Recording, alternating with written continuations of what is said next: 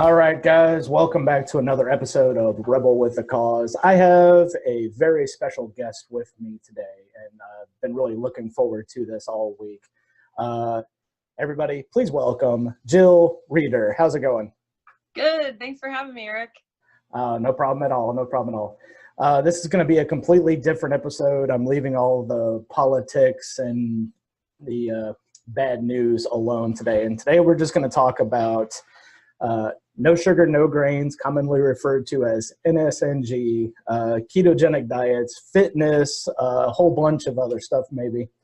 But first, Jill, why don't you go ahead and introduce yourself to the audience who may not know who you are. Sure. So I'm Jill. I'm 40 years old, and over the last 2 years, I've gone through quite a bit of a journey of turning around, changing my life quite a bit. I've lost 100 pounds and reversed my type 2 diabetes, bunch of other issues related to hyperinsulinemia running around in my body, causing havoc with a lot of inflammatory issues. And I think that's kind of how you and I stumbled upon each other, was through a no sugar, no grains lifestyle. And yeah, here I am, 100 pounds lighter and a lot less disease in my body. Hopefully none. Yeah, that's pretty much my story as well. I've lost over 110 pounds, so basically a supermodel. That's fantastic. Yeah, and I have Hashimoto's thyroiditis, and now they can't find any nodules on my thyroid and everything. So okay, so this might be me interviewing you the entire time then, because the Hashimoto's thing is a really hot topic for people doing a low carb diet. And I know I have a lot of people who struggle with that. And so man, hats off to you for doing this with Hashimoto's as well, because I know that's got to be a very tough waters to manage. And there's just not enough information out there for people with thyroid issues. Yeah, my endocrinologist, he kind of started seeing the results and everything after I told him what I was doing, and he was like, "No, this is great. Whatever you're doing, keep it up. You know, I'm not going to step in the way of it." So luckily, I got a good one. Yeah. I've heard some horror stories with some of the others. Yeah. So, what prompted you to start doing NSNG or ketogenic? Well, it's funny because you said, you want to kind of, or you can stay away from the politics and the stuff that you normally talk about. But the funny thing is I've shared my story a few times, and it gets into a lot of the emotional stuff, right? But there really is I'll call it like an economic and a psychological background to really what got me into the place that I was in, where I was 100 pounds overweight and super depressed and really not feeling like I had control over anything in my life. So if you don't mind, I can kind of like step back to my early 20s and kind of describe where I was and how I got to the place that I was at. Sure. So I went to college at a small little private school in Santa Barbara called Westmont College. And tiny little school. There's like 2,000 students, and they don't have liberal arts degrees there. You have to pick like economics or psychology or pre-med, chemistry, so forth. So I was an econ major, so I took a lot of microeconomics, a lot of math, a lot of theory. So I was doing that, and then started dating my husband, who lived halfway across the country, swept me off my feet, and I moved to Minneapolis. So I went from Southern California girl to like the coldest, which incidentally is funny because when I was there 20 years ago, it was like the coldest storm they'd had in like 20 years. And now 20 years later, they're having like this coldest storm that they've had in 20 years since I was there last. Yeah, pretty much Minnesota stays in the blue on the weather map most of the year. So. Oh my gosh, I feel so bad for these people. Oh, it's too cold. I couldn't take it. We ended up. So I was an econ and a psychology, so an econ major and a psychology minor at Westmont, and then when I went to University of Minnesota, it was a very different system. They were on quarters. So I went from like a very regimented a school where they kind of held your hand and took care of you. It was a tiny little school, to like this enormous school that was like a city within itself. And I, even though I like to talk a lot and I'm outgoing, I'm actually much more of an introvert. So when it comes to parties or when it comes to meeting strangers, it's very hard for me to be like the belle of the ball at the party and talking to a bunch of people and making a bunch of friends. I get very overwhelmed with that, and I end up kind of shutting down. And most people think that I'm just being a snob or stuck up, and it's more like I just don't know how to act. And so when I went from Santa Barbara, where I kind of knew everybody, it was like a small little campus, to this enormous place where it was all my boyfriend at the time's friends. I didn't know anybody. You know, I just started drinking a lot. It was a way to take the edge off and just feel a little bit more relaxed. And I felt really lost in school too. And I've been thinking about this a lot lately, because I've been thinking about my career in my early 20s and really what women go through specifically. Because I'm a woman, I can speak to that part of it.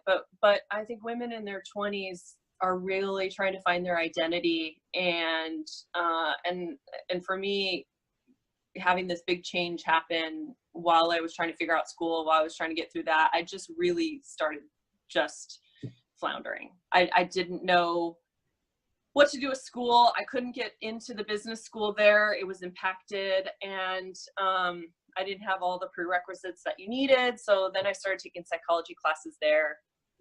I was miserable. Finally convinced my husband, long story short, to move back to San Diego, or move back to California. We moved to San Diego and ended up at San Diego State, which is a lot easier to get into. Yeah.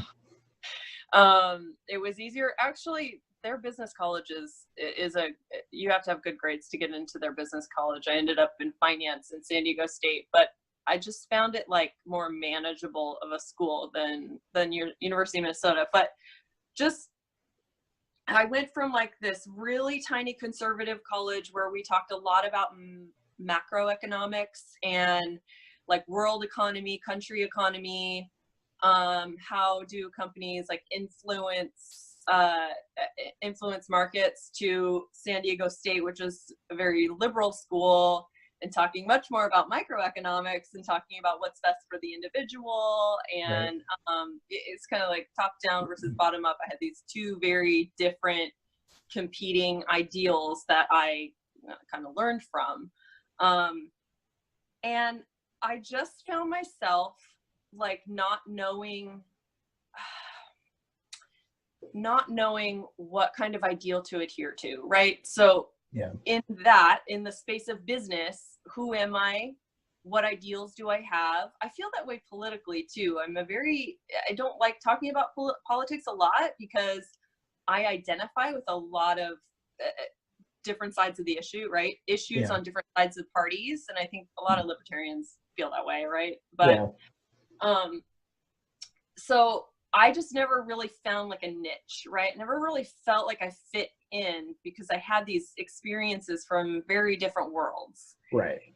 It was like that personally too, right? So I come from a very conservative household, but you know, here I was in college, again, like starting to drink more and more, but I was married. So, you know, it wasn't like a lot of like single partying. I was super young. I was 21 when I got married. All my friends were single and partying, but I was like the married one. Right. So I never kind of fit into any group. And this started when you really should be creating an identity in your early 20s, right? And so I never really established it. And then I got a job out of college and just went straight heads down into working. And I just wanted to be as successful as possible. I was just 100% driven on becoming as successful as possible, and put off having kids. Really, really just like put my head down.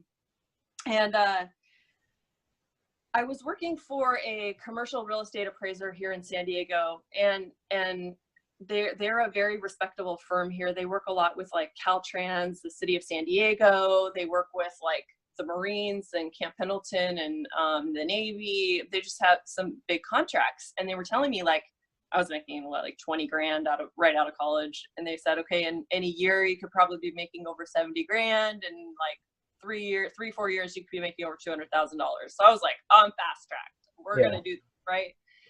And then my husband ended up getting a job in LA, and we're in San Diego. Yes, that's a little bit of a drive.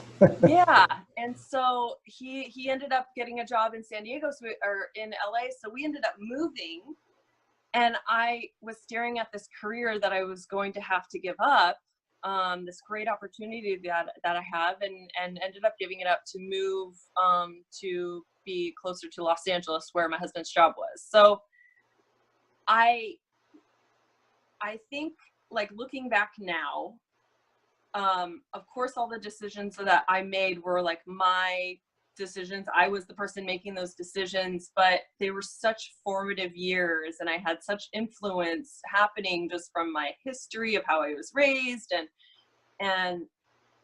but not having like a core intrinsic value of how to make really good decisions, right? I was floundering everywhere. So I just spent my 20s and early 30s just tumbling. And then I got into working for a real estate company, and the subprime lending crisis happened. and then just everything fell apart. And my career, my 401k, everything that I had built kind of just went by the wayside. And at that point I said, what do I do now? Right. So I decided might as well start a family, because I just spent like 10 years of my life trying to build a career that just went nowhere. So I guess it's time for kids, and I always wanted kids. And so started the process of trying to have kids, and turns out I had polycystic ovarian syndrome. So PCOS, which is really related to insulin resistance and hyperinsulinemia, and dealing with your hormones, which you can relate to the hormone issue. And so I struggled for a few years to try to get pregnant. Doctors telling me that I had these issues with my hormones, and I ignored them completely, because all I could hear them saying to me was that I was fat and I needed to lose weight, and that would be the problem. And that really is not the answer, and that's not what they were telling me, but that's what I was hearing them say to me. So I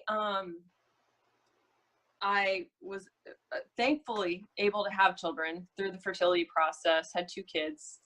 And by this point, I had spent my 20s drinking, doing the low fat, high carb kind of diet, healthy whole grains, a lot of pasta, but also a lot of pizza and a lot of IPA beer, beer and red wine a lot. And so I found myself maybe about 32 years old, and I was 80 pounds overweight with 2 kids. And at this point, it still was just like a weight thing. I had some issues with like my cycle, my monthly cycle, but nothing really physically except for the weight. But I experienced a lot of postpartum depression with both children. And I was struggling so hard with I still have my job in finance, right? I have this like really stressful, very upwardly mobile outlook on my life of what I wanted in my career. And then all of a sudden I had babies. I had kids that were 24 months apart that needed me.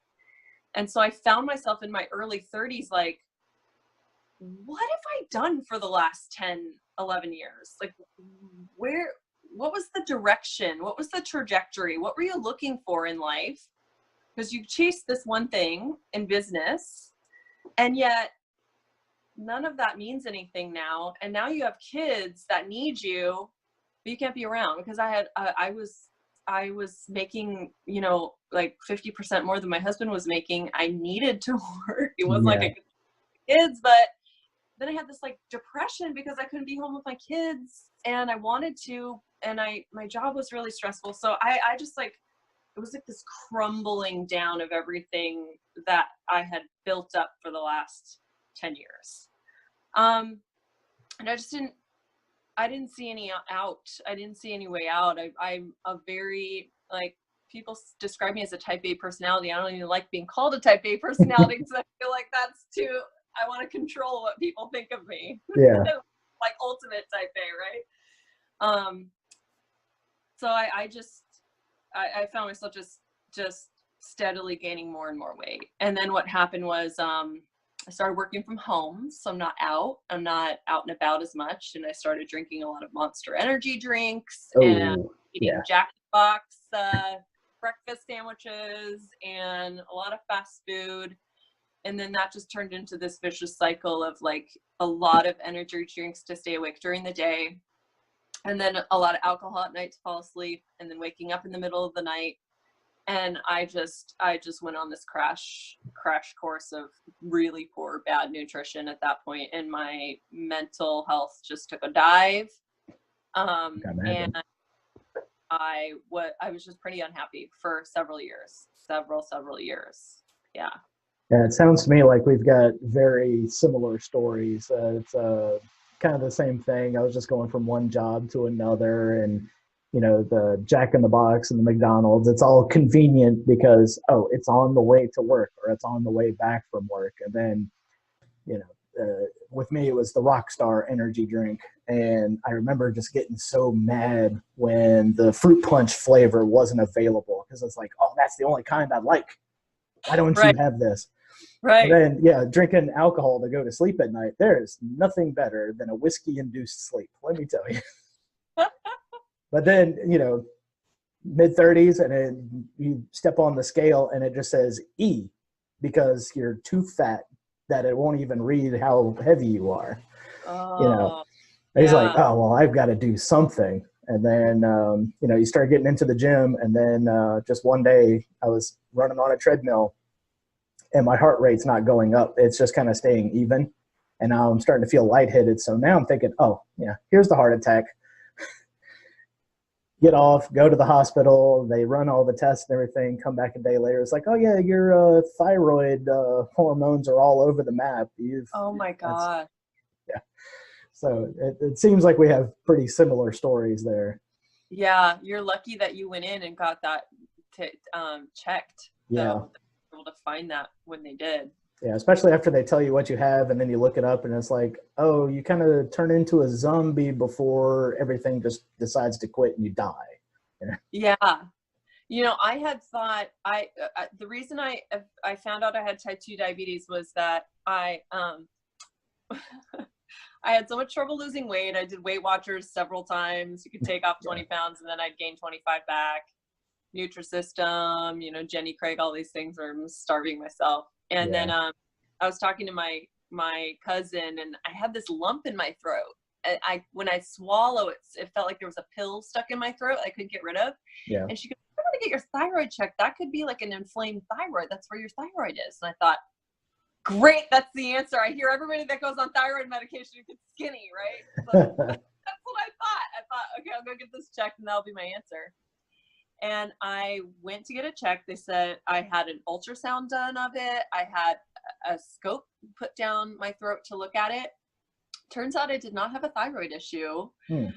I had burned a hole in my stomach and my esophagus from so much Diet Coke that I was drinking. Ooh. That it was just swollen. That the valve in my throat that was keeping like stomach acid down was swollen. A lot of acid reflux.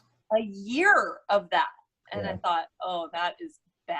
That's bad news that it's that bad. But that thankfully that I had gone in because they tested all my blood and found out that I was, that I had a high A1C. And so that was kind of the path to start finding things that would, you know, get me on the path to better health, because I had tried taking metformin to bring my blood sugar down and it made me really sick. And I just knew that I knew what the next step was going to be, because type 2 diabetes runs in my family. And so I had seen loved ones kind of go through it, and you end up on insulin. It's a death sentence. And I didn't want to go there. I did not want to have to be on insulin. So I knew that I needed to at least try everything that I could before I before I was gonna take medication. And really that was the turning point for me, because this whole time I'd never admitted to myself that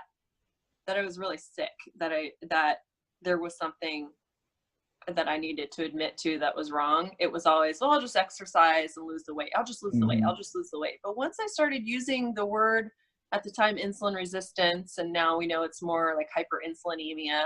Yeah. But when I started admitting that I have problems with insulin regulation, that I had at least a direction to go in to learn more about it. And that's kind of how I stumbled across NSNG. No sugar and no grains. And I think that's the reason that I've been so successful versus a lot of other people who try something like a ketogenic diet, is that NSNG is a whole foods approach to it, right? So you're not eating packaged foods. You're not substituting junk food for diet junk food. Right. And that's what made it so transformative, listening to Vinny Tortorich on his podcast, Fitness Confidential, talk about, no, you need to eat real whole foods, and a sugar is a sugar is a sugar, whether it's a sugar alcohol or an artificial sweetener, like that, it's all sugar, and it's all doing the same body, and maybe worse than just a little bit of molasses or cane sugar or something. And that's when it started clicking to me that, like, okay, eat real whole foods, cut out the grains, cut out the processed foods. And I thought, well, I can do this. This seems like a normal thing to do, not like something that is just another diet where I have to count points or count calories or count something and starve myself and be, miserable. Yeah. Yeah. As far as keeping track of everything with NSNG, I mean, there's nothing really got to write down. I mean, with me, it's just making sure that, I've got some kind of piece of meat, some vegetables, and put some butter or cheese on it, and then it's fine. Yeah. If he was doing Weight Watchers or Nutrisystem, then you got to pull up the app on your phone and start calculating everything up. And then, I see my friends that are on Weight Watchers right now, and it looks like it just drives them nuts more than anything else, because they'll be sitting there going, well, I think this is only 3 points, but yesterday, then you just like, don't do this. Yeah. And it's a lot of, like, I think a lot of self-punishment, and even in like a low carb NSNG ketogenic community, the intermittent fasting is thrown around a lot. Fasting is thrown around a lot. And I am really hesitant to go there with fasting and intermittent fasting, because if you're eating this way, if you're eating whole real foods, you're eating bone-in, skin-on chicken, you're eating fattier cuts of meat, you're intuitively going to go longer stretches without eating. You're going to intuitively skip a meal here and there. You're going to forget that you didn't eat. That stuff happens naturally. For me, somebody that, when I was 21 years old, my first 3 months of marriage, I was all alone in this little city in Minneapolis, feeling very, very alone. I remember the first time I went and binged and purged. The first time I did it, I remember going to a little corner market, buying a Ben & Jerry's and eating this whole pint, and then feeling so guilty about it that, I made myself throw up, and then I made myself not eat for a day. And that association for people like me with the restriction of food, it's not a great way to manage weight, right? Fasting is a good way to bring down insulin levels so that your body can start releasing fat, but it's not a weight loss tool. It's an insulin reduction tool, so that when you eat normally, your insulin levels are lower and you can burn that fat. It's people want to say, like, don't eat and then you'll lose the weight. That's a really tricky thing to get into, especially, like I said, coming from where I come from with my background. A lot of women that I talk to that are 40 my age have way more issues than I do with food. And so I try to be really careful about that. Get the nutrition down first, get the basics of the eating, and let the fasting stuff kind of come intuitively if you don't have some major overwhelming health issue that you need the fasting to immediately, if you're going to do that, then talk to somebody like my friend Brian Linskis, low carb doctor here in San Diego, and set up like a fasting protocol with the doctor. But yeah, with me, I'll kind of notice that, most of the morning I'll have coffee with the coconut oil and stuff in it. And then, I'm really not all that hungry until about 2 or 3 in the afternoon. And then dinner time, it's like, all right, well, I guess I'll get a slice of cheese and, a couple strips of bacon or something. But I go so long without food. And then there's even days where I just completely skip it, wake up the next day, it was like, oh yeah, I forgot to eat yesterday.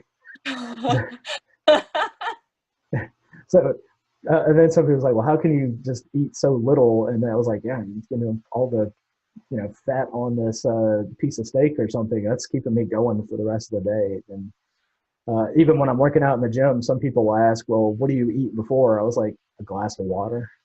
Right. What are you doing after? Right. I was like, I'm going to get a cup of coffee, I know. I've run 2 half marathons in the last 2 years, and I ran on bone broth. I had some bone broth in the morning, and that's it. And then I took some MCT oil and olive oil with me for after the race. That's all I had. Yeah, that's your recovery. Yeah, I'm not a runner. I like the most I can run at a time is 5 miles, but I was able to push myself to 13, and I wasn't sore either time after the race, which you see when I did my sprint triathlon, you see these people like cramping up after the race, and they're handing out bananas after the race. Like, that is a recipe for cramps right there. Yeah, and in certain circumstances, I've run a couple of 5Ks, and you can see like the back of their hamstrings just gyrating, and you can tell they're in pain. You're like, wow, why are you even out here doing this? And then, of course, after the race, they're all flayed out on the grass and holding the back of their leg and stuff. Yeah. And you're like, if you only knew, I have this info that I can help you. I know. Now we look like lunatics. Yeah, sometimes some of my friends will ask me the questions like, so what'd you do? I was like, well, I know this is Southern Louisiana, so no more rice. They're like, what? I know. Without rice? No rice and no sugar on anything. It was like, wait, what do you mean no sugar? I can't put sugar in my coffee or my sweet tea? I was like, no. No barbecue sauce? No barbecue sauce. Yeah. Can I put ketchup? No. It's got corn syrup. It's the worst sugar. You just want them to do it long enough to where they feel better, so that that can like perpetuate doing it more and more. And that's why, like with the Hashimoto's thing, I had a friend who tried to do keto. This was like 2 years ago when I was just kind of learning everything, but she doesn't like meat. She doesn't like red meat. So she was using dairy as her fat. And I think dairy and Hashimoto's, they have trouble with that. So she's starting to feel worse and worse and worse. She wasn't feeling better. Unfortunately, I didn't know enough about Hashimoto's at the time. So she just didn't feel good. And I'm like, dang, because I really think that there's something here if you can stick it out and feel better. But I think you kind of have to do more like a paleo keto approach, right? Yeah, on my side, I'll do red meat, chicken thighs with the skin on it. I also get calf liver, which nobody else in my house will eat, so I guess it's more liver for me. But try to stay away from the dairy as much as possible. If I'm going to do cheese, it's going to be like a little bit of Parmesan cheese sprinkled on something. And just a little bit of heavy cream in the coffee. I mean, like a splash. It's not like the full tablespoon or whatever. Yeah. Yeah. Oh man. So you're in Louisiana? Yep. Baton Rouge. Yeah. Is there a big NSNG community out there? No. Sometimes I feel like I'm the only one. So when I go to restaurants and I order a burger and I tell them no bun, I get the look like I've started growing a horn out of the side of my head. It was like, what you mean no bun? I was like, just put everything on the burger, just set it on a plate. I got a knife and fork. I'll eat it that way. I know. Whereas here in Southern California, I'm like, don't even lettuce wrap it. Just stick it on the plate. They're like, what? Don't you want the lettuce wrap? It's like, no. put the burger on the plate and put an extra patty on there for me too. Yeah, throw an extra patty. Get a couple strips of bacon going. Yeah. Yeah, So, po' boys. That's the big thing down here. And then when you ask for that stuff with no roll, you get the looks too. It's kind of crazy. yeah. So it's interesting, you know, after 100 pounds down, and well, one thing that happened, and one thing I think that's really important too, is that I talk a lot about change and changing things up and not being afraid of change and really embracing and using change in your life to propel you forward to the next thing, because you really don't know where life is going to take you. And if you're holding on to this idea of what your life has to be, sometimes that's the problem, right? And you know, I'm sitting here. So what happened to me was, in December of 2016, I got laid off from my job, and it was about 30 days after I had started NSNG. Oh. And so I got laid off from this job that I'd had for like 14 years. And I was like, I don't know what's going to happen. But I thought, I've been through the worst economic crisis of my career, right? I've been able to have this, I've been lucky enough to have this job for as long as I had it and build up this experience. So I'm just going to go with it. Maybe this is my opportunity to take control of my health. And then it just, I mean, I lost 70 pounds in 4 months. It just came off because I went with it. I think my cortisol levels came down. Cortisol, we talk about it a lot in this health space, but I think people are so stuck on exercise and nutrition, but really that piece of mindfulness and being able to change our thought patterns. And I mean, the thoughts are still going to be there, but the pattern of how we deal with our thoughts really does affect our stress levels and our cortisol levels and how we're able to sleep at night.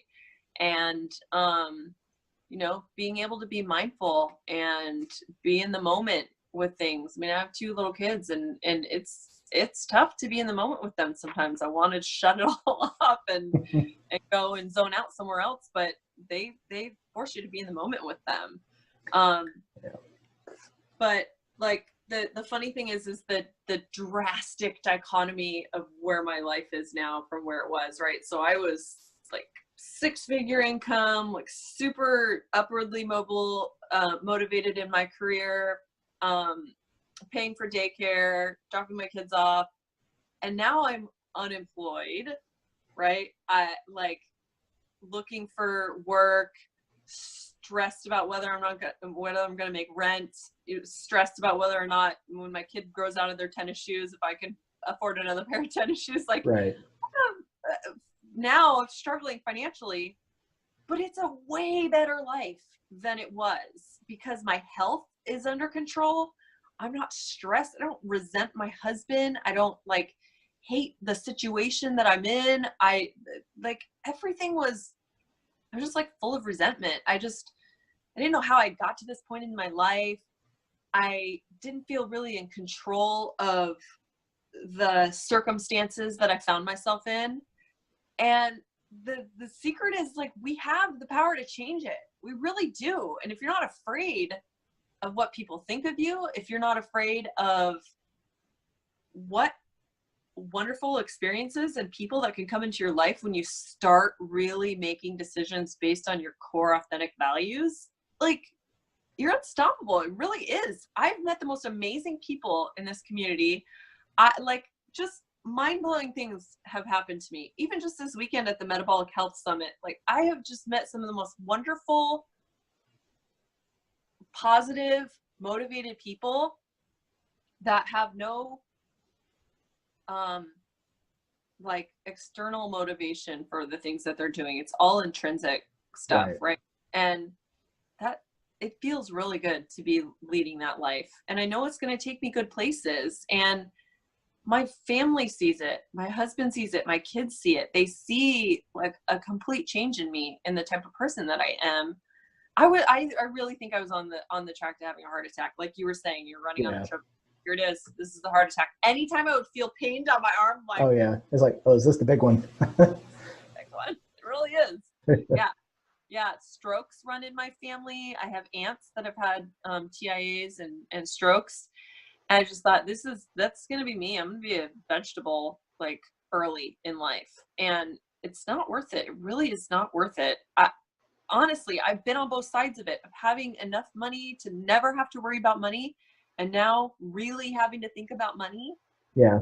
It is not worth it. It really isn't. Having your health and having like the mental clarity that comes with being in dietary ketosis, it's worth everything. It really, really is. It's not worth having that bread. It's not worth having that pasta or pizza. It's not. And the longer I go not having it, the few times if I go off and I have something, I feel horrible. I feel it immediately. It's like last year for my birthday, I was like, all right, we're going to go to Copeland's and I'm going to have a big old hunk of cheesecake for my birthday. I got about halfway into it, and then all the rest of the day, I'm just doubled over in pain. I was like, oh, it tasted good though. Oh. Yeah. Now, even if I smell it, I'm like, yeah, I'm not going to eat that. I remember, I don't drink anymore, but I had a tapering off of alcohol over time. I'm not an alcoholic or anything. I just like I would go back to it because I was so insulin resistant just forever for it to get out of my system that I was finally like, why am I doing this? But I remember it'd been a year since I had had beer, and I went to a Padres game and I had a big 20-ounce Orange Avenue wit. And the next morning I put my feet on the ground and I had the pins and needles in my feet. I could feel the inflammation in my feet just from one 20-ounce beer the night before. And I thought, well, I'm done with beer. Not having that again. That's never a sentence anyone ever thinks to say out loud, I know. I'm done with beer. I know. I mean, yeah. Over Christmas holidays, I decided to go completely off the wagon, and then it's like the next morning, I was like, I drank 10 of those beers. They're like, yeah, you did. You were just kind of passed out in the bathroom. I was like, yeah, we're not going to do that again. Yeah. Oh man, how old are you? I'm 39. I'll be you're 40 in June. Yeah. It catches up. I swear. Once you hit 40, like it's not like it used to be. No, now if I stay up late the next morning, I'm like, oh.